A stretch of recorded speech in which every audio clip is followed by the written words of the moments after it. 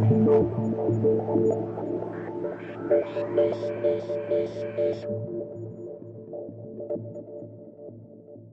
we're back. Welcome back. We are here.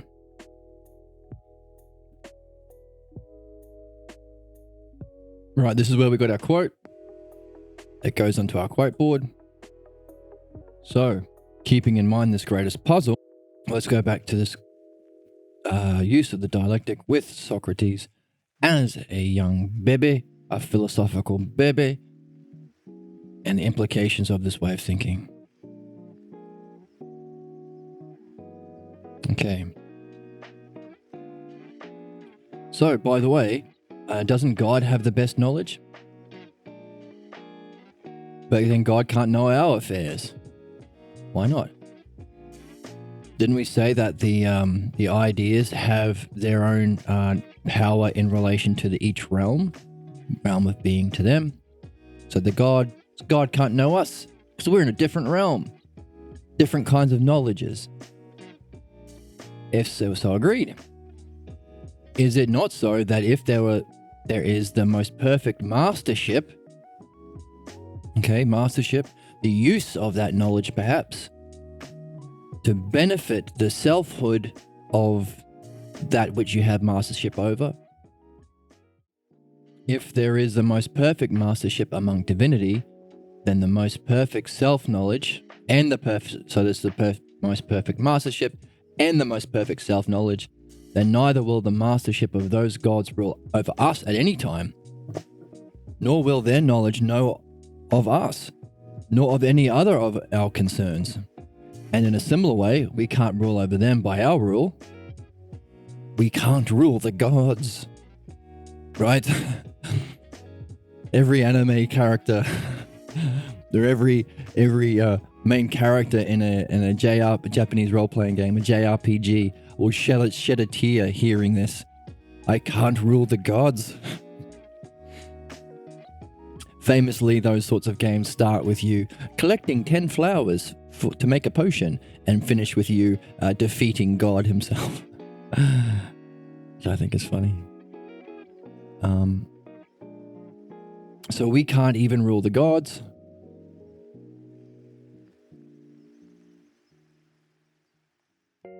Nor can we know that which is divine. That's the big deal. That's the big part of it, right? We can't know the divine. And in any way through the assistance of our knowledge. So we can't know the gods through our knowledge. And again, according to the same logos, key. The same logos. He is using the logos to make this reasoned argument. Stands out to us. They will neither be our rulers, nor have any cognition of human affairs by self-knowledge. Socrates says, What? Says what? But then would not the logos be wondrous in the extreme, insofar as it would deprive divinity of knowing? How could you say the gods would be deprived of knowing? Nevertheless, O Socrates, these and many other consequences besides these must be so in relation to the ideas. These are the consequences, or what is he going to show us in his dialectic?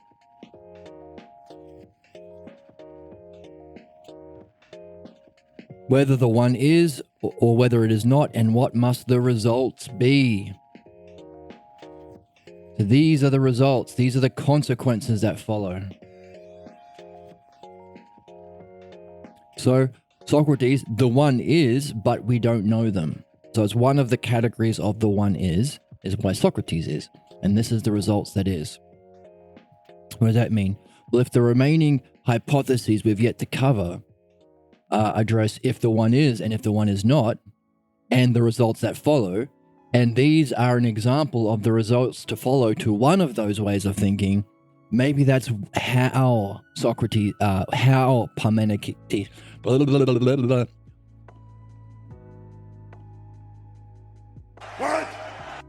How Parmenides can do what he's doing. He can show the results or consequences that follows because he's got it under his belt.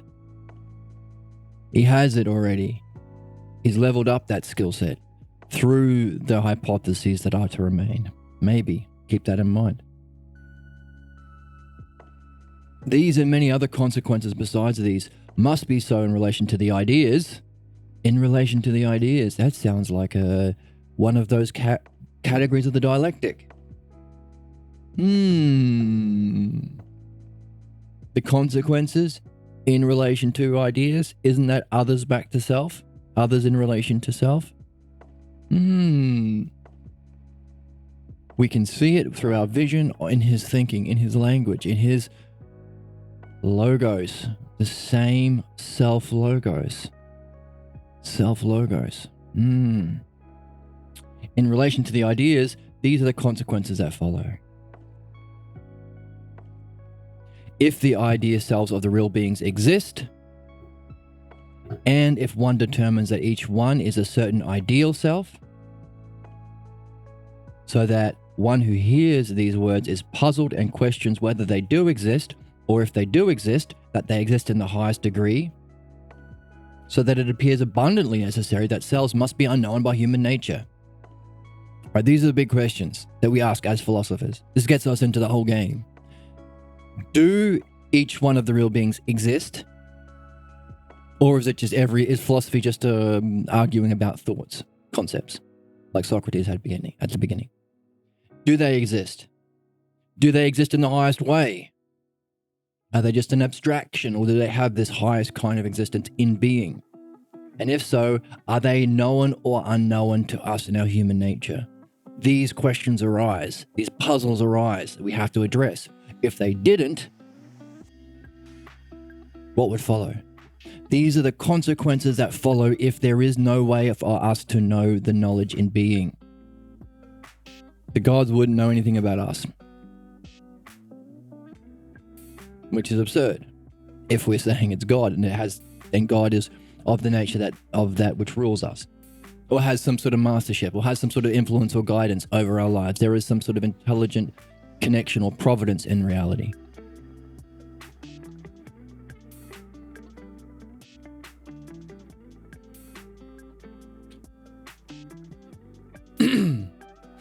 So if one hears these words, is puzzled and questions whether selves do exist, or if they do exist, that they exist in the highest degree, so the anagogic, so that it appears abundantly necessary that selves must be unknown by human nature, and whoever speaks in this way may appear to be saying something important.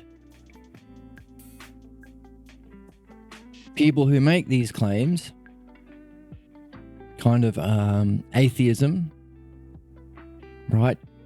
Sometimes they sound very smart,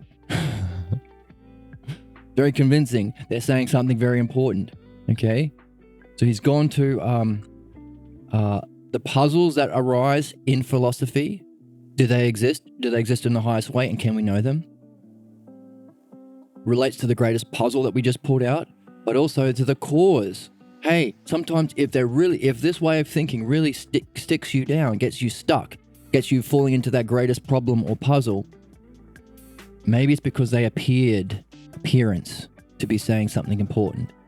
Now, why is that important? Well, in the first hypothesis, we addressed appearance or perception. Can we have perception or opinion of the self? If not, which was our conclusion,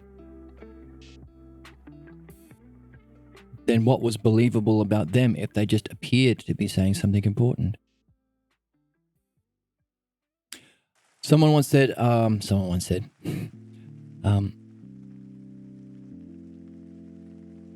I won't go down that road. So, I was just going to say that whether we like it or not, sometimes people who have the best interests at heart, even if they are saying something that might be legitimate, might not put it into the best words and appear that they are saying something important, but it might create the cause of a block such as this. So, and whoever speaks in this way, that they are known by human nature, may appear to be saying something important, and which we just now said may be thought of as being an extraordinary statement. Wow, you're saying something extraordinary.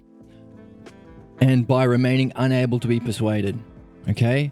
What was the greatest problem? This one. Even if following the proof through many elaborate details from one practiced and experienced and with natural talent, even then, he who contends that the idea selves are unknowable may still remain unpersuaded. There we go. So whoever we are learning this problem from, themselves,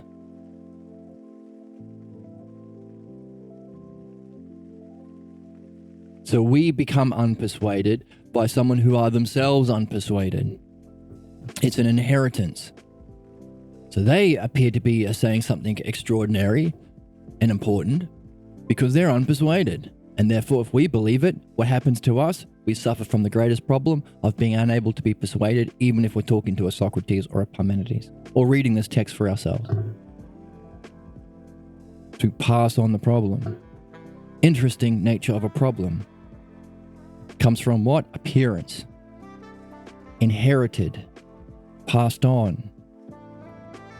This is the significance of understanding the Logos and applying it to our problems, which is called philosophical midwifery. The use of the Logos and Dialectic to understand the cause of our problems so we can dress and free ourselves from them. Part of it is recognizing what he's saying here. However, it falls on the ability of an individual of a good disposition to be able to learn that there is a certain genus of each idea, and that of self-ousia. Big one, self-ousia, dropping a bomb. What is self-ousia? We got that at the end of the first hypothesis. We recognize it now. Oh, it's all the kinds of ways of existing. There is a self-ousia. What is that? A way of existing. Participating ousia is all the kinds of existence in the realm of being. That is untouchable to the oneself. Interesting. So it adds more fire to our question. What kind of knowing is know thyself? If self-ousia, which is our ability to know the beings, to be known by human nature, if we, in our first hypothesis, say the oneself can't be known in that way, what the heck kind of way do we know oneself if all other objects of knowing, perfect knowledge, God's knowledge, is through participation in self-ousia? What kind of knowledge is greater than the knowledge of the gods? Hey, our anime character or our JRPG character can feel happy again. You might not be able to master the gods, but you can have a kind of knowing that's greater even than the knowledge of the gods. You can go from collecting 10 flowers at the start of your journey in the JRPG to having a greater knowledge than even God. So you can defeat God in this. It is actually interesting because if we're saying philosophy is the archetype of the hero's journey, you're a wizard, Harry. Is the paradigm or model upon all which games and stories that are appealing to human nature are built. But we're also saying, yeah, but that's a dramatic representation with swords and shields and stuff. Philosophy isn't that. It's to do with ideas and knowledge. Then we can see a strong connection between slaying God at the end of, like, hilariously at the end of many animes or JRPGs. At the end of a role-playing game, you defeat God, which is funny, but it happens. It's cool. It's still appealing. Not just JRPGs. Think of, I don't know, Dark Souls or a lot of like epic games. You end up killing God at the end. But if the violence is a mythologizing or an analogy to what actually happens in philosophy, then what would it be an analogy to? You're not killing, you are gaining knowledge. So while we don't kill God at the end, we gain greater knowledge than God. Cool. That's the archetype. Isn't that cool? What do you say, Owen? Wow. Wow. Wow. Yeah. Wow. So this adds, so we're going back to the start with our first hypothesis in our back pocket, our leveled up adventure glasses on, and we're seeing more. weaving it together to see more about what was there the whole time, to increase our seeing, to level up.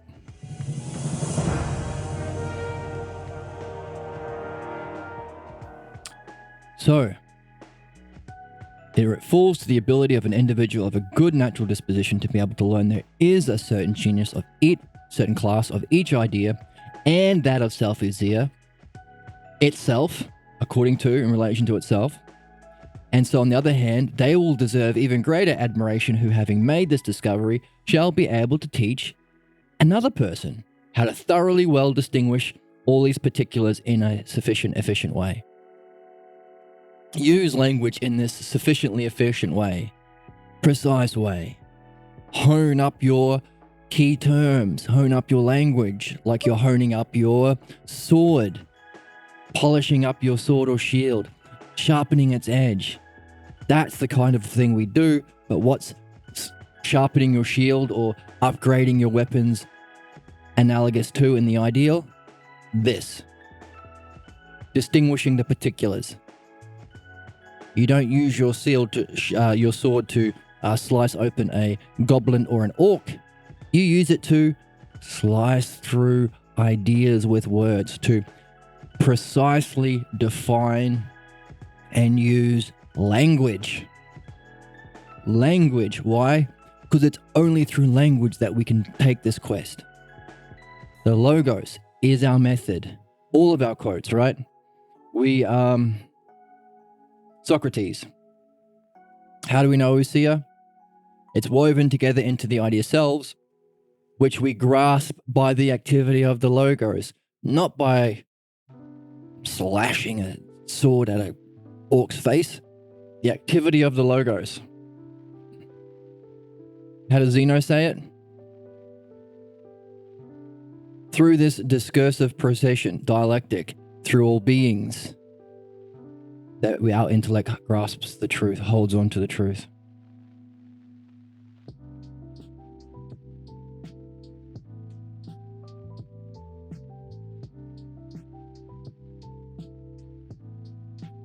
Here's Parmenides. So all three of them. This is the power of dialectics.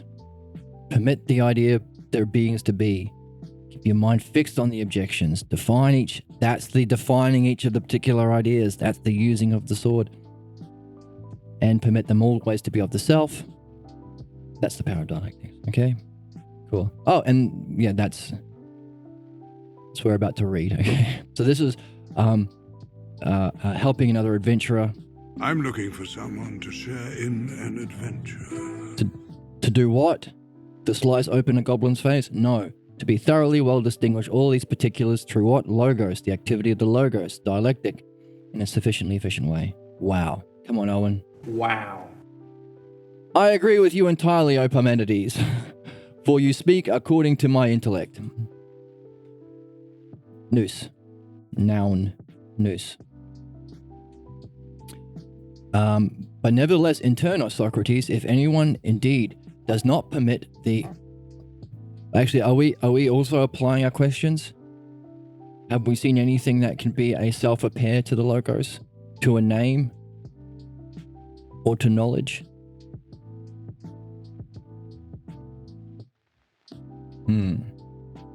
I haven't seen it. If you have seen it, please share it in the chat. Nevertheless, if anyone does, O Socrates, does not permit the ideas of the real beings to be, by not keeping their mind fixed on all of these recent objections and others like them, and does not define each one of the particular ideas, surely then they will have nowhere to turn their understanding, their dianoia. Right, that's what we talked about earlier today. The kind of understanding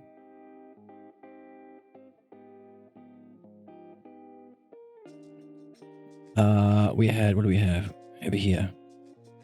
Right. We talked about this triad. These are 3 triads in our skill tree. We have been seeing that knowing usually applies to the realm of being. It's what we've been defining. It's what knowing is. The knowing in our world of becoming is not the same. but we can have understanding in our realm of becoming by applying it to our pairs. What does that thing mean here? I don't know. But if we apply understanding to the realm of being to facilitate knowing, that's called dianoia. So that's a name. We have a new name. What's one of our questions? What's the significance of name, seeing as he put it at the end of the first hypothesis? Well, I don't know what the significance is, but we have a new one for applying understanding to the realm of being, and we call it what? Dianoia. Let's go.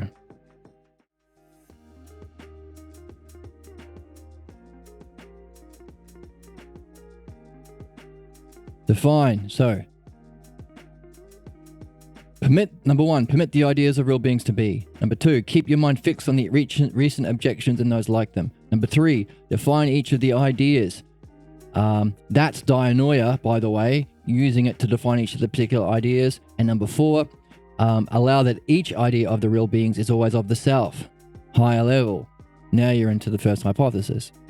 And if you don't do this, you will destroy the power of dialectics. So we've got dialectics and its power. Wow. Therefore, in such a way, you also appear to be, if you say, because Socrates said, oh yeah, I agree with what you're saying about how important this is, because you speak according to my nous. You speak according to my intellect. About how to do the dialectic. And then Parmenides picked up his word and said, oh, if you understand all that, then you do perceive much according to my mind. Saying about, I'm talking according to your mind. Well, now you perceive my mind. Socrates, you speak the truth. Interesting. We've been talking about the truth.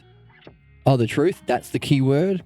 Okay, so he said, perceiving according to nous. We saw the significance of using certain words when you haven't done a dialectic on it yet. Socrates hasn't learned a dialectic on it yet. What happens? Well, that's the cause of the great puzzle. The great puzzle is those people who have been unpersuaded, are unpersuaded, appear to be making extraordinary and important statements about the beings while they are ignorant of them. They haven't done this. In fact, they call this empty talk and useless. So they don't know about being, they don't know about knowledge, they don't know about the divine, but they seem certain and they make these stupid statements that appear smart to us, and it causes our problems. This is the consequences or what follows if you don't take up this task. If you don't listen to Gandalf when he says, I'm looking for someone to share in an adventure. Right. So what did Socrates say? Oh, yeah. No, you're saying this, what's right about, because you're talking according to my nous. Has he understood nous? What's nous pertain to? The realm of being. So what does Parmenides do? He uses his language and he corrects him a little bit. Oh, really? If you, in that way, then you will appear to be speaking according to my nous. Pick up the words they're using. They're clues. What have we been doing all the way through the first hypothesis? Picking out keywords and using them. Sometimes in each of the arguments we have to define our keywords and then use them. What does Socrates say? You speak the truth. Is truth a keyword? Does truth pertain to knowledge? Have we been talking about the truth of different realms? Is Socrates throwing out another keyword? Let's see what Parmenides does with it.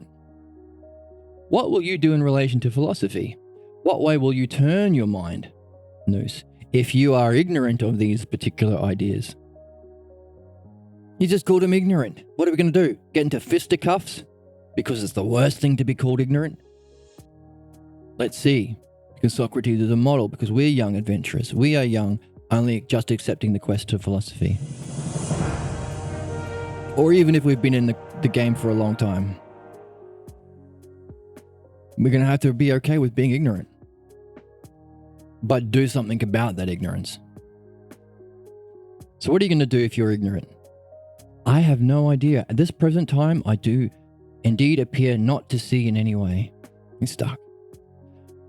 Prior to exercising thyself, Socrates, you should before endeavor to define what is beautiful and just and good, and each one of the ideas. For just now the following also came to my mind after hearing thee dialoguing with Aristotle here. On the one hand, your impulse, it falls to someone of natural talent or naturally good disposition, good faith actors, you and me. On the one hand, the impulse by which you are impelled towards the Logos is beautiful and divine.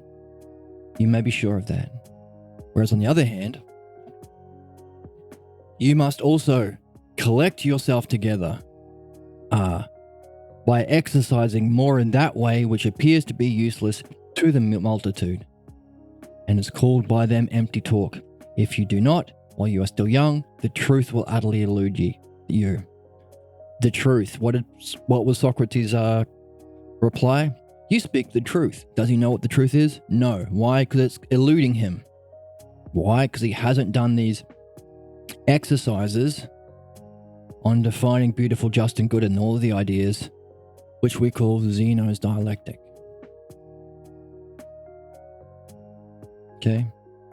What way is the way of this exercise? How can I do that? Because I want to know the truth. I'm throwing it around willy-nilly in conversations with wise men like you. How do I do it? The way is just that which you heard Zeno practicing, right? That's why we call it Zeno's Dialectic. Except that I was quite pleased with what you said to him, because you did not allow him to look upon the wandering that exists among the objects of sight, nor in relation to them, right? The true hero's journey isn't about the objects of sight. You're not actually whacking a goblin or an orc in the face with a broadsword. It's a mythologization. It's a narrative representation in interesting objects of sight, what is true in the objects of dialectic. Okay? Isn't that cool? Come on, Owen. Wow. Wow. Wow. Wow. Thank you, Owen. I was quite pleased that you would not allow him to go upon the wandering that, to look upon the wandering that exists in the objects of sight, nor upon the wandering that exists in relation to them, but to consider those which one can grasp, especially by what? What's it analogous to? The Logos. Bum, bum, bum. That was a clean drop. And in this way, someone will be led to see the ideas. Okay, what happens? Do we become king of the orcs? No. What's our goal? See the ideas. How do we do it? Whacking an orc with a broadsword? No. Grasp through the idea, through the Logos. So we can create our own mythology. A broadsword is to an orc, is to becoming king of the orcs, as the Logos is to defining each of the ideas, is to becoming able to see the ideas, which we can also call knowledge of the truth.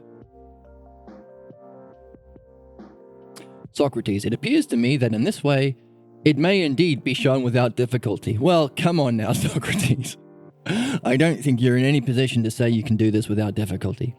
That the beings experience both like and unlike and everything else that exists. Okay, so he can recognize that, okay, I can see where this is going. He's a smart kid.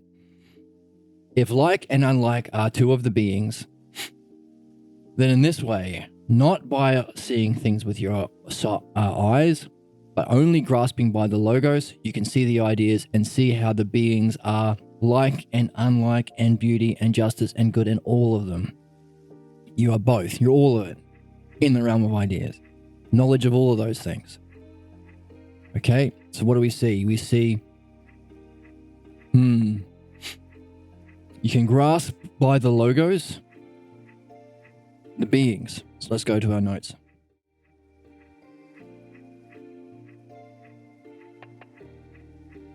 Here. So, the logos can grasp the beings here. So if there's a lesser and greater term for logos, then the logos is definitely in the realm of being. Or if this is the world of becoming, this is being, then we can have this as the logos. And here, the realm of being. Our question is, can we have the logos also apply to the ultimate? Does the logos have a spot there? That was one of the questions from the end of the first hypothesis. Seeing it more here. Quite right. But it is also necessary that besides this, you should still also suppose the following: to consider not only the consequences resulting from the hypothesis whether each idea self being hypothesized exists, but also the consequences resulting from hypothesizing if the ideal self does not exist, if you are to be exercised in this way. Both. A what-if universe of both. What way do you mean? Okay. Then he does this big explanation. We've gone through it. We have these extensive notes on it here, where we unpacked it all. Let's see if we can see it better, having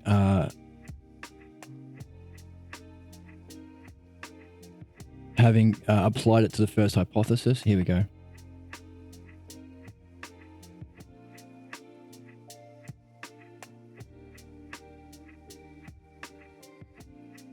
No, that's the first argument. We want the first exercise. Here, the exercise is here. Okay, we took what he said and we saw, oh, okay, if the many beings exist, so that's the what if universe. If it doesn't, and if it does exist, if it doesn't, these are the two options. Okay. So that's their subject, the many beings. We also recognize beings themselves are the same thing. If they exist, what can you say about them in relation to themselves is another way of saying definition, or self to self. Self to self. How does the self relate to another? In this case, the one. Self to other. How does that other here then relate back to itself? So other to other. And then how does that other relate back to the subject or the self of the beginning? Other to self. Back to here. Dun, dun, dun, dun, dun, dun, dun, dun. Look, weave it together with our needle. It's like a thread.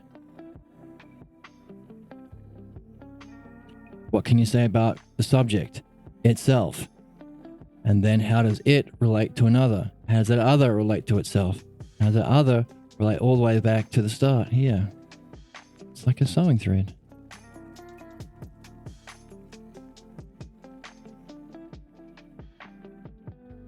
Let's see if we can see it more. What's the exercise? Such as, if you should wish to exercise thyself, again, know thyself, really nailing down that there is a thyself. And this is a prior, by the way. This is prior. This is prior to the ultimate dialectic.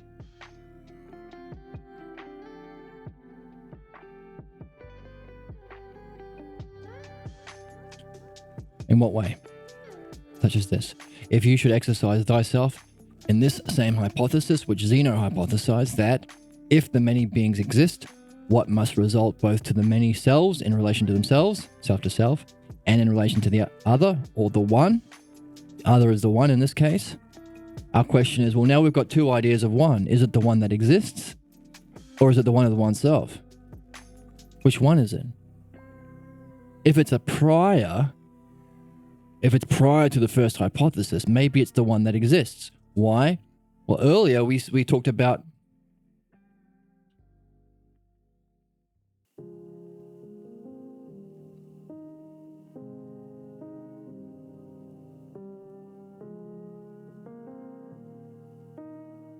here. Socrates, your impulse and pursuit of the logos is divine, admirable. separate the ideas cells apart from those that participate.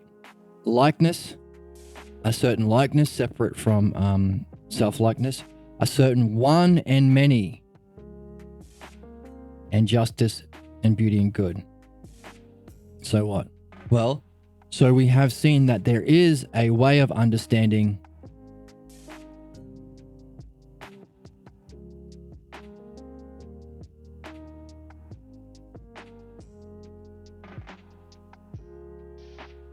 where are we? Down here.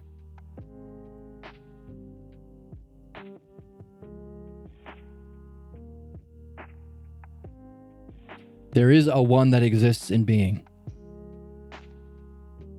There's a one and many and likeness and beauty and justice and goodness that exists in being. So is this the one here, the one of being, or the one of the oneself? How must the many selves be in relation to the one? Now, we can do both, kind of, given what we've seen in this opening. We can say, well, the many selves are in relation to the one, and the one idea is it's the same as it, or they're both objects of knowledge, or they both have their own existence in the same realm of being. That's how you can understand the many in relation to the one. Or if there are many ideas, what does it say about the one? The one is one of the many aspects of being. If there are many beings that exist, you can say that there is a one that exists. If you say the many exist, it's another way of saying if beings exist. What does it mean about the one? Then there is a being of one. There is a knowledge of one. There is an idea or beholding of one. You can know oneness. Oh, that's that oneness that people talk about. Or we can do a second dialectic if we want and use the one of the oneself, in which case we would say it's not connected. If the many beings exist, then what can we say in relation to the one? They cannot know the one because they are many. And the one of the oneself is beyond the many, doesn't have parts. Also, if the many selves exist, they have existence. What did we see about the oneself of the one of the one? What did we see about the one of the oneself? It is beyond existence. Does not exist. Giving us that enigmatic definition. The one that is that neither is one nor is. The is the existence. So we can go back to this and say, well, okay, the first time we did this dialectic was the one of the ideas. That's what given to us earlier in this section. But after the first hypothesis, we can come back and do another version. Pretty cool. It does seem that the one probably is to do with beings in this section because we haven't done the first hypothesis yet. And this is the prior exercises. Let's keep going. If the many beings exist, so that's category 1. What must result for the many selves in relation to self, self to self, and in relation to the one, self to another? And again, the many beings exist. What must result for the one, the other, in relation to the self, to self, so itself, so other in relation to itself, other to other, and in relation to the many. The many is the subject at the start, what we're defining as the self of the dialectic, the subject of the dialectic. We've got self to self to other to another, to it other, and then other in relation to the subject. And in turn, that gives us this. So we're on the money with these here. Okay. Cool beans. And in turn, if the many do not exist, what must be the result in relation to the one and the many, in relation to themselves or another? So those are our 4 categories. By the way, that way of simplifying it, we saw in the first hypothesis. It outlines the whole thing. These are the 4 categories. But then you say, well, here's another way of saying it. These two in relation to these two or these two. The one, what must result for both one and many, or both self and other, in relation to the self and other. We saw that in our argument of, we saw it lots of times in the first hypothesis. So he defines it and then he uses it, demonstrates it in the first hypothesis, like here.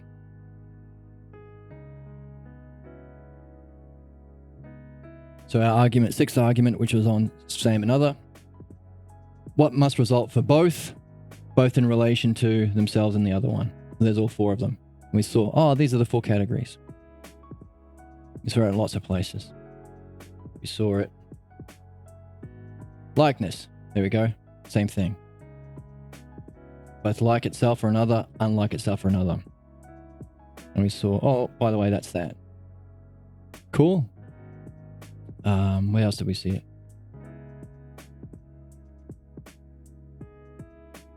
Oh, here we go. Equal and unequal. Either to itself and another. 7. So was it 6, 7, and 8? Both self and other. Both in relation to self and the other. Giving us self to self. Self to other. Other to other. Other to self. Right? We're seeing it in its peanut form, in its seed form in the text here. We see it better because we've seen it in use in the first hypothesis. Yay for us.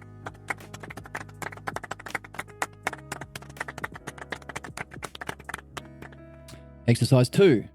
If likeness exists and does not exist. Okay, so a specific one of the ideas that we use. We looked at likeness just a second ago. What must be the results for the self being hypothesized, the likeness, and to the others, so whatever the other is, both in relation to self and each other. Okay, so you're saying, hey, now here's one, now do it for likeness, and pick out a certain other. We did it, I think, in the first hypothesis, we did exactly that. So we can see how the exercises would have been helpful to following Parmenides, because here we have a dialectic of likeness. We could have said likeness in relation to unlikeness, but we actually said it, the other we picked out was in relation to the same. We defined likeness by the same. So we can use this. We can go back and do that second exercise of Zeno's using what we've seen in the first hypothesis. What will it be? Well, the subject being hypothesized, if it exists and if it doesn't exist, is likeness. That's what he said. What happens in relation to itself and self in relation to another? What can we pick? Let's pick the same. That's a cool other. Why? Because it's connected. Pick another that you think is relevant, helps you understand it. What does it happen? The other, which is the same. So for this category, we would say, how does likeness, if it exists, what can you say about itself? But what can you say about it in relation to the same or sameness? Well, likeness experiences sameness. Oh, bingo, bango, bongo. Then what can you say about sameness in relation to itself? It must have its existence. Oh, by the way, we can come back here. Use argument 6 to talk about what we've learned about sameness. And then finally, how does sameness relate back to likeness? That's cool. We can use the first hypothesis to come back and do these exercises. That's pretty cool. That's pretty cool. Pretty cool. All right, back to the text. Number 3. The same logos, same expression he said before, must be applied to unlike and motion and rest. We saw all those in the first hypothesis, so we have something under our belt to use. Generation and dissolution. Do we see that in the first hypothesis?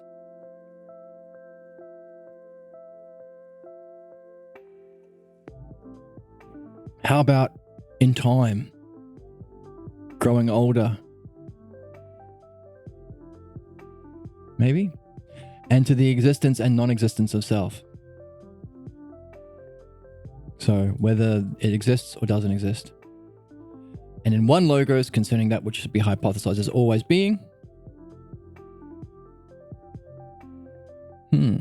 And not being. The existence and non-existence of self. I'm wondering, because we had that argument in the first hypothesis, number 4, I think it was.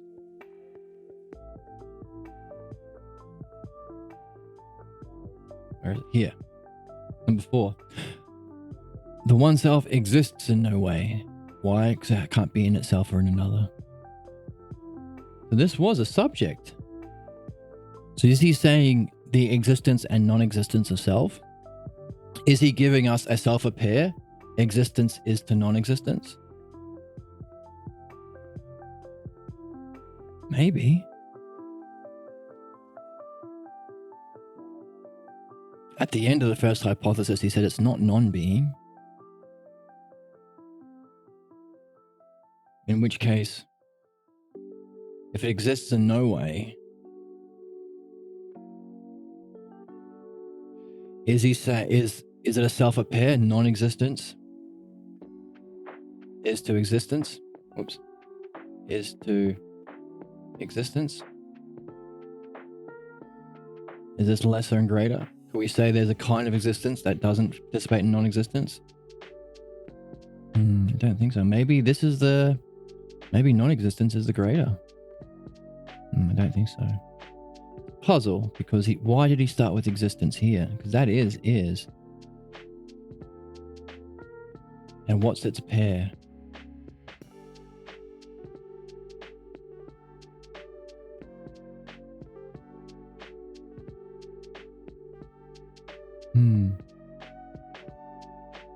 Puzzle. Well, take that puzzle.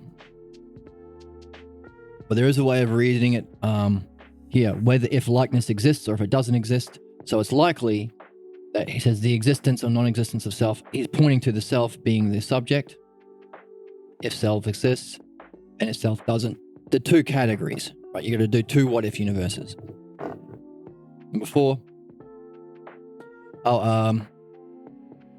Concerning being and not being, and anything else that undergoes any experience, what must the consequences be in relation to self and each one of the others? So anything, expand it. Don't just do unlike, motion and rest, generation, dissolution, anything. What must be the consequences in relation to self and each one of the others being considered that you set up for this purpose? So when we were doing the first hypothesis, someone came up with the idea, how can you understand miracles in relation to theism? Or how can you understand miracles in relation to natural laws? That's some sort of experience of some kind. And you can use, so we picked out what's the subject, miracles, what's the other being considered, theism or natural laws. That's what you could set up as an exercise, and we encourage him to do so. In relation, but also you could say it not just in relation to the particular other, but to the many ideas and also to everything. So he's just saying expand your scope, apply as much as you can.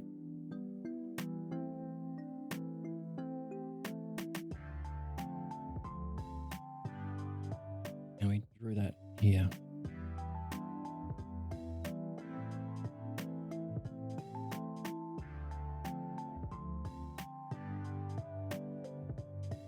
If likeness and motion and rest, unlikeness, motion, rest, generation, dissolution exist, also what follows if it does not exist? What are our categories? What can you say about itself in relation to the others, each one that you set up? Also, how does it relate to the many, all of the beings?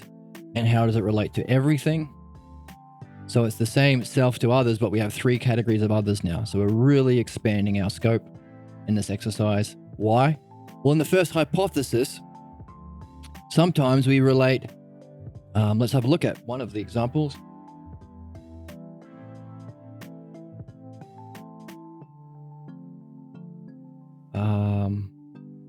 Here. Older and younger and same age. How does it relate to time? But also, how does it relate to different other, being and becoming, and everything, past, present, and future? So here is an example where we had several different others. We started with can self be either younger, older, or the same age? That participates of likeness or equality of time. So we're understanding time relative to what? Younger, older, or same age. We're also understanding it in relation to being and becoming. That's a second class of other. We're also understanding it in relation to past, present, future. There's 3 classes of others in this argument. So we might have been lost if we weren't exercised in this third exercise. Fourth, how those others are then related to selves and any other which you have selected or you hypothesize as the subject of that which always is, number 1, first category, or as non-being. Again, combining is and being. We know we're in Zeno's dialectic because is and being are connected. It's not the is that is beyond being. That's the first hypothesis. So we know we're in the realm of Zeno's dialectics because we're in the realm of being. Why?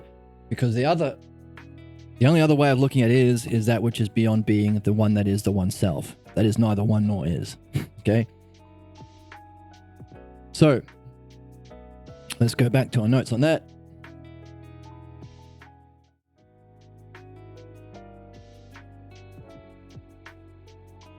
So isn't this cool? We're seeing it with greater depth. We're more making it ours by applying it to something that we've already seen. We've seen how Parmenides used it. When we started the first time, it was kind of like abstract. What the heck is he talking about? There's a lot of, that sounds difficult. That sounds like a lot of hard stuff. What would it be like to do that? We got the first hypothesis. So now we can go back and see it better. So what was the fourth one? Fourth one, how the others are related to selves and any other which you may select for your hypothesis of whether it is or isn't. Okay? So how those others then relate back to themselves and the other ones. So we saw if exercise 3 was really taking your first term, pick anything, he said. So expanding the first term, but also expanding the others. You got 3 classes of others. A specific other you set up, the many beings, and then everything, which can apply to the world of becoming too. So really, really expand your others. You can see the fourth as the other half of that. Why? Because you got self to self, self to others. There's 3 there. Then others back to others, but we've got 3 others. So that other, let's say you picked likeness is to, as your other, time. So time, all beings, everything. Now we've got how does time relate to itself? How does time relate to all beings? How does time relate to everything, even the physical? And then how does time then relate back to unlikeness? But because we have 3 others here, we're going to do that times 3. So do that for time being affected by unlikeness. Do it for all the beings having been affected by unlikeness. Do it to everything having been affected by unlikeness. Do 3 of those. So it starts simple with exercise 1 and it gets more and more expansive. But we've seen in that argument on time, in the 9th argument in the first hypothesis, why it's important to do that, because then you can recognize when it comes up. You won't get confused if he throws in 3 different classes of others. Pretty cool. And why do we care? Why do we give a damn? Why do we care? What in the heck are we talking about here? Because if we do that if we care about being perfectly exercised to thoroughly behold, what do we call beholding? Idea. What does it pertain to? Knowledge. What does it mean to know? It's to behold the truth. Do we care about actual knowledge, or do we just want to sound like we do? Like every tyrant who claims to be acting from knowledge but isn't. Do we want to use our words precisely? Do we want to know? Do we want to know the truth? If we care about being perfectly exercised to thoroughly behold the truth. Bingo, bango, bongo. That's what we're after. In a masterful way. So this is a new idea of mastership, which goes back to our master and slave argument. What does that mean? Well, if he's just said there is a self-ideal of master and slave that's different from our physical world, then this is a way of getting it. What would it like to be a true master of your own soul? Use this knowledge. So he said, oh, by the way, wouldn't it be terrible if there is no connection? The gods wouldn't be able to rule us well. Well, if you are able to have knowledge of the gods, then would you be a divine ruler of your own soul? That's what it means to have the beholding or truth, perfect truth of mastership. It's required for mastership. Whether you're a master of a steward and you're helping others, like Parmenides said, you're going to get more admiration if you help another one. I'm looking for someone to share in an adventure. Or if it's just your own self and soul. And at the end of the first hypothesis, there's even a higher knowledge that you can use. You can defeat God. Blasphemy. You can't defeat God. Only in the enemies can you do that. Well, if you understand it, God as the realm of being, and that much must also have a cause. And there's a kind of knowing of thyself that's most important and our goal in philosophy, then there must be a unique way using the logos gained from these exercises and the first hypothesis that will give a kind of knowledge that pertains to knowing of thyself, which is beyond the knowledge of God. If God is that which is eternal, immortal, has characteristics, can function, and therefore pertains to this realm of being.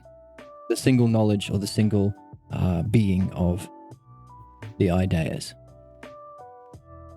Pretty cool, right? Wow. Thank you, Owen. Wow. You speak, O Parmenides, of an extraordinary study of realities. Yeah, it is extraordinary, and we've been going through it. So, chin up, Socrates. It's doable, but yeah, it's some work. But it's fun. I think it's fun. I think it's awesome. And I do not quite understand. What? What? I don't understand. What? I do not quite understand, Parmenides. But why not hypothesize in detail? Wow. A certain definite self for me, so that I can understand. You're sneaky. Sneaky little hobbitses. Sneaky Socrates. I don't quite understand. Can you give it to me in detail, number one, and do it not on any of these ideas we mentioned of the self? Sneaky little hobbitses. You assign, O Socrates, much work for one old as myself. He's saying, bugger off. No way, kid. Get out of here. Well, in that case, Zeno, why don't you do it for us? Sneaky little hobbitses. And then Zeno, laughing, said, we must ask Parmenides himself, Socrates, for, as it has been said, it is indeed no trifling matter. Yeah, we have been seeing over and over the stakes, the importance, the significance for ourselves individually to be a master of our own selves, true mastership, and not tyranny. For humanity to have masterful rule, to be able to speak about truth and knowledge, and not just appear and remain unconvinced in our ignorance. And also so we don't pass on that problem to others we care about. If we want to behold truth or the realm of being, if we want to be thoroughly exercised to thoroughly behold the truth in a masterful way. Yeah, it is no trifling matter. No joke. Or do you not see how great is the work that you are assigning? Therefore, on one hand, if more of us were present, it would be inopportune to make such a request. For it is improper, and especially for a man of his age, to speak of such matters such as these in the presence of many people. Why? Because the many are ignorant that without this discursive procession and wandering through all of the beings, it happens to be impossible for the intellect to hold on to the truth. That's a big deal. Why? not only is it not a trifling matter, but it's impossible to know truth without it. You might have an experience, but then we have those problems that we saw follow, the results or problems that follow if your knowledge is that which is not as of the first hypothesis. Let's bring it up again. You know, Super Karen sending an email to HR department of God's boss, right? We're talking about a knowledge beyond God. So we're saying, hey, God, I need to speak to your boss, please. And speak to the manager of you. You saw that class of problems that happened. At any rate, it was all of those categories that we saw in the first hypothesis: beginning, middle, and end, participate, experience. These all bring a problem. If knowledge is the knowledge of the divine, God knowledge, I mean, there's a way of saying, well, even if there's a cause of the divine, then you could, and if God means the ultimate by definition, then you could say, well, there's a demiurgos or a being God, but there's also an ultimate God of the one-self. So, I mean, it depends on how you use the word God there. But generally, God refers to the immortal, eternal qualities. He has knowledge, he can affect. So it's being stuff. There's many aspects. But you could also make the claim that there's an ultimate. That is the first hypothesis. But so the problems that would happen is, well, if knowledge is that experience of being, and any experience has a beginning, middle, and end, there's a problem because your knowledge will end. If participate means this, if experience means that, if knowledge is an experience, which is likeness or unlikeness, which are two selves, which is what knowledge is and being, then problems might come up. If you're not experiencing it, will you then become stupid again? Will you lose your knowledge? So these are the significance of this quote here, which is intellect to hold on to the truth. You may have the experience of the brilliant light of being. Many people get into philosophy because of such an experience. Through suddenly, like grace or providence, display of energy, drugs, dreams, meditation, chanting, mantras, fasting, dance. They're all possible ways that humans have in the past had an experience of the realm of being. And then some of them go, well, hang on a second, I want to understand what that is. That's the most real thing. It's the most beautiful thing. It's the most just thing. They'll pick one of those words. It was the most beautiful thing I've ever experienced. I want to understand it. Oh, you mean beauty itself? Welcome to philosophy. I'm looking for someone to share in an adventure. I had this great experience. It was the most true thing. Oh, you're talking about self-truth. Yeah. So what? Well, I want to understand it and get back there. I want to hold on to it longer than that instant. Oh, you do? Well, I got news for you. You're a wizard, Harry. You're a philosopher, Harry, if that's your goal. Right? So this is the significance. Hold on to truth, which is beyond even experience. You can hold on to it, no matter what experience you're having. If there is that kind of truth and knowledge that applies to the one-self of the first hypothesis, going beyond the knowledge of being. So that question, what the heck is that then? Defeating God. That's pretty cool. So, if you don't do it, in other words, you need the logos, it's impossible to hold on to truth.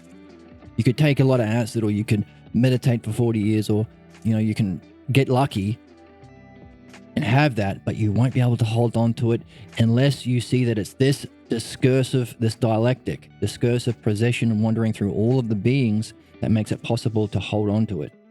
Thus, on the one hand, O Parmenides, I am in conjunction with Socrates, that you yourself, not me, you do it, take up the logos. Sneaky little hobbitses. In order that I may also thoroughly hear that which I heard some time ago. When Zeno asked this, Pythagoras said that he also, and Aristotle, and all the others asked Parmenides to demonstrate that which he was defining. demonstrate his definition, demonstrate that which he spoke of, and not do otherwise. They all went like that. Parmenides, it is necessary to comply with your request. Necessary. Notice 2 words. Necessary completion. And yet I appear to myself to be sympathizing with the fate of the horse of Ibycus, which being a racehorse and being advanced in years, when being about to contend in the chariot races, and by knowing the experienced, trembled with fear at the forthcoming event. Look how much we went through in the first hypothesis alone. I mean, it's cool and fun and worthwhile. But can you imagine having gone through it enough to have mastered it, and then 20 years later being asked to do it all again? It's like, oh, I remember when I went through it the first time. Ooh. Ibycus, comparing himself, said, "And self, being so old, is involuntarily compelled to return to the object of my love. And I also, being as old as I am, appear to myself to exceedingly dread the present undertaking, remembering in what way it is required to swim through so great a sea of logos." Yeah, I'm with you, buddy. We're all with you. That's good. It's worth it. It's fun. For thus it is necessary to take this task in hand, seeing that it is at the request of Zeno. That's one of our puzzles from earlier. Can you see more about why that makes it necessary? I don't see it yet, but I've still got that puzzle. It's still in my inventory. Why? Why is that? What? I can see the other stuff. The many isn't around. You have to be good faith actors, as we say nowadays, or a genuine, divine, admirable, genuine interest in pursuit of the logos. I can see that stuff. I can see why he's dreading it. But also I can see why he said he loves it. Because this is the best game in town. I can see why he loves it. But I don't see this last problem. Maybe you can see it. If you do, please share your thoughts. It's a conversation. It's a way of being, philosophy. Seeing that is at the request of Zeno. Why? Don't know. And in any case, we are by ourselves. Interesting. Therefore, so we are not around the many, and we are being our highest. Honorific. Therefore, from where then shall we begin, and what shall we hypothesize first? Where should we start? Socrates said, "Oh, give me an example and pick the self, please." Sneaky little hobbitses. Where should we start? Or if you wish, seeing that it certainly appears we must play a reality-based game, best game in town, I must begin from myself and the hypothesis of myself. He's starting from himself. He's being himself. He's showing it. He's doing it. It's his now. He's leveled up. By hypothesizing about the one-self. That's the first hypothesis. That's what we've been in. Where the one is, that's to follow. Or where the one is not, that's to follow after that. And what must the results be? By all means. Zeno. Oh, okay. So of course he's going to say by all means. Oh, by all means. Keeping it cool. Yeah, I mean, if you want to, Parmenides, I'll listen. And we'll record it for that 2,500 years. It can be a map and a guide to adventurers even then and help them out in the most significant way. Sure, let's do it. I mean, we could. Participate in the greatest conversation, perhaps the greatest text, the greatest book never read, this is called, as a mystical document that someone in space can find this ancient scroll and share it and benefit and level up himself and share it with others who are interested in this game, because there's going to be a thing like internet in 2,500 years, and and people won't have to make this big journey like Socrates had, and people can revisit these videos time and time again. It doesn't have to be like, I haven't heard this for like 20 years, but we can hear it every day, we can read it every day. Oh my God. For these people, let's do it. He doesn't say that, but that's implied in this word here, by all means. Who then will answer me? Or will it be the youngest among you? For the labor will be much less should he answer what he thinks, and his answer at the same time will afford me some time for resting from that arduous investigation. Okay, why did he pick out the youngest? Is it self-evident? He's not going to ask complicated questions like Socrates. He's going to be straightforward. Maybe he's going to ask, oh, I don't understand that, so give me a definition and give me the divisions, which will give him some time before he goes on to the next part. Maybe it's self-evident. Maybe there's a question. It's a mini question for me, so it's going in my inventory. Why pick out the lesser one? I don't know. Maybe once I have this, maybe if I do the first hypothesis and the other hypothesis with people, I'll recognize, you know what? It's kind of better talking to young people. Maybe they're more open-minded. Maybe they're less entrenched in their problems. That appearing to be knowing certainty, being unable to be convinced in our world. I mean, we can see it everywhere. The Dunning-Kruger effect, we call it now. The more certain you appear, the more smart you are, and the more alpha you are, and the more confident you feel in yourself, that kind of bullshit. The older you are, the more practiced in that. Therefore, maybe you'll be more closed-minded, and it'll be easier talking to younger people. Like we see as people get older, they get more entrenched in their prejudices and their problems. Maybe that's part of it. I don't know. Hypotheses and a question. Throwing it in my inventory. And maybe I'll see more the more that we go, the further we go. Maybe in the second hypothesis, we'll see Aristotle answering a certain way that was significant for us.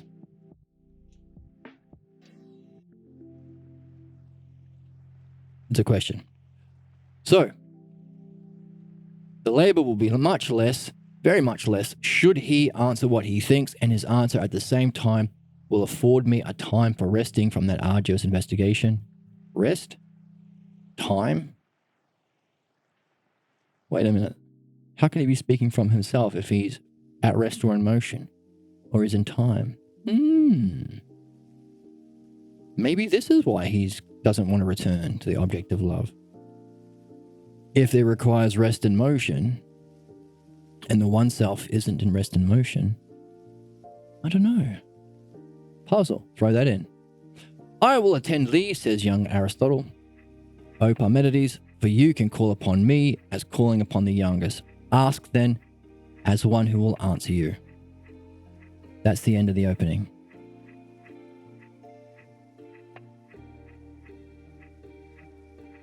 So, what was it like to go through that again? What was it like to experience that? What was it like to participate in it? Fun? Interesting? Did you see more? Do you feel like you leveled up? Did you get it all the way through? If you're at this far along in the video series,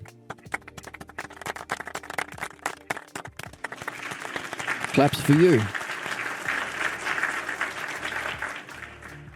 What was it like to go through it? Did it help? Did it benefit? Do you feel more motivated? Do you see the significance of having leveled up? Of having all these elements here? Where's our little adventurer? You're my little adventurer. Where are you? Here's my little adventurer. This guy. You see the significance of all these things? Did it help having the metaphor for a video game character? Or the hero from the hero's journey? Was that mythology or metaphor helpful?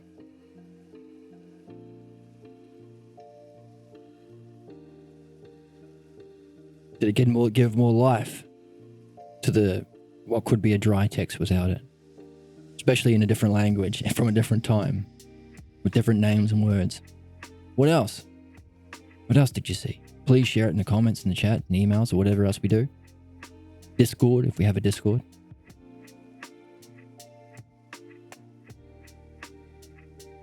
Was it fun? Did you make new connections yourself? Did that needle, the sewing needle of infinite truths, did it bring new insights? How did that change it for you? Did it come to life a little? Did you see some beauty when you made your own insights? Did it inspire you? Did it motivate you? This movement from reading philosophy to seeing that there's a connection between everything. There's a beautiful, harmonious, understandable connection that you can make yourself that makes things more alive, illuminated, vivific for you. That's also represented in a mythology in Plato. That's the movement from Apollo, the reading of this philosophy, the discovering to being this guy. That's Apollo. To Aphrodite, when you see the beauty, you make insights, you weave it together and you see something and it becomes alive and less dry for you. That's the movement from Apollo to Aphrodite. And then in Plato, he has a triad. The two bottom terms connect with the top term. We have, so we can add it to our triad skill tree if you want. We had this one here. Where do we have it? This one here. Being, power, and activity. We have the activity of Apollo is philosophy. The power is Aphrodite.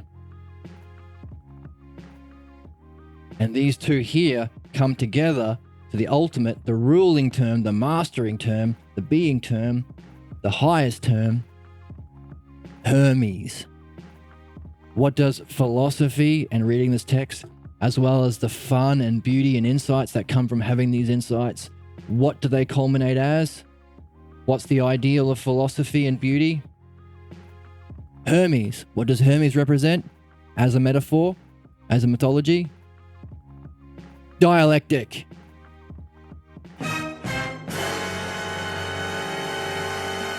The very thing we've been trying to master ourselves. Isn't that cool? What does that mean? It means we're on the right track. So, did you gain insights? Did it give you some power? What was the activity like? Do you see the significance of the dialectic? Have you been using it in your day, in your thinking, the way we've used it for many different things as we've gone along? What's it been like for you? Cool? Fun? Cool. Well, I'm having fun. This is exciting. We've gone through the first hypothesis. We've usi'd all that logos back to the opening, seen more, leveled up more. And now we're on our way back into the text at the second hypothesis. What happens if the one is? Let's give a quick taster. So we're going to be jumping into the second hypothesis, but there is an order. Look for the order, look for the parts, look for the structure, look how they're connected in relation to each other. So how does it end, and why does the ending necessitate the next type? Why didn't he stop there? Remember, we define something, and if somebody's with us, we don't have to keep going. We can stop there and go to the next topic, or the next step on the logos. If they don't get it, we give a demonstration. If they don't get it, give the division and synthesize it. Now we're together. So, Parmenides began saying it's necessary to do this. There's something necessary about what happened. And we have that question. Why does Zeno asking make it necessary? There's something necessary that allowed for the first hypothesis. Hey, I got an idea. If Zeno had been exercising himself in the way that he just outlined, and maybe Zeno's ready for it. So maybe something about Zeno being ready. The whole question, the whole text began with Cephalus going on a journey to ask something. He says, what is it that you need the most? Says, let's get our notes again. I keep forgetting these. I'm not great with names, so I have to keep going back to my notes. Cephalus asked Adimantos, hey, what do you need, Cephalus? I need something. If you need it and you ask for it and it benefits you, I'll give it to you. If I can, what's the word for benefit? Help you. Is there anything I can help you with? He said. See Antiphon. Antiphon said, I don't want to talk about this. But he was convinced it's necessary to relay this. Something about Parmenides saw it was necessary to relay this to Zeno. Maybe Zeno was ready. Maybe all those exercises he was going through. Maybe Zeno teaching it to Socrates using it in that discussion with Socrates was the final step in him leveling up. So now Parmenides is ready to give it to him now. Maybe he overheard him give it to somebody else in the past, and this is why he hasn't heard it in such a long time. But Zeno might have been ticked the last box, and now he's ready to be given it himself. There was something that's necessary. Made it necessary for him to do the first hypothesis. Equally so. This is parts, seeing the connection to the parts of the whole. Why is it necessary to go on to the second hypothesis? Well, how did it finish? It finished by all this stuff. Accordingly then, Ara, the one in no way whatsoever is come to light. Accordingly then, neither is it, if it is, such as it can to be one. So it's not is and it's not being. For if it was to be, it would be participating in ousia. So it's not is, it's not being, it's not participating in ousia. Accordingly then, according to reason, the one is neither one nor is. So it's not being, it's not is, it's not one nor is, but we have to use the logos to unpack it. It's not non-being either, it's not negation. It's something above, incommensurate and above existence. Being, is, and ousia. Interesting that because knowledge and ousia are connected in that opening. Accordingly then, there's neither name nor logos, nor knowledge, nor perception, nor opinion that can be attributed to self. There's nature. Okay? What about us? It can neither be named, nor be spoken of, nor be opined of by us, nor be the object of knowledge, nor do the real beings have that perception. So neither us nor the real beings can they have a name, logos, knowledge, perception, or opinion. But it still is. And we still have to know thyself. And we still have to have a logos of thyself. And we have to name it some way, for some reason. This is a puzzle. Therefore, is it possible that these conclusions have to be necessity in this way about the one? I don't. To me, at least, it does not appear to be in this way. He doesn't see it. If you don't see it, what do? You go on to the next one. Definition, demonstration. So somehow this is a definition of his hypothesis. What's going to follow is a demonstration or division of what follows if you don't get it. What are the alternative ways of understanding the one? What did he say? He said, I'm going to give my hypothesis, and also I can predict you're not going to get it. Therefore, I'm also going to give all of the alternatives. I'm going to do a Zeno dialectic on it. If the self one is, or if it is not. Because the one self that is not one nor is. But what if it is? What if it does exist? What if it is an object of knowledge? That's the second hypothesis. Second, third, fourth, and fifth, if it is. Sixth, seventh, eighth, and ninth, if it isn't. How does this ending necessitate the second hypothesis and more? That's our question. That's what we'll be jumping into next week.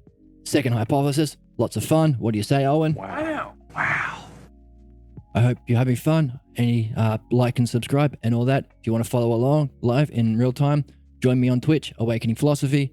Links below. I hope to see you next time. I hope you're having fun. I hope you're puzzled. Thanks for joining me.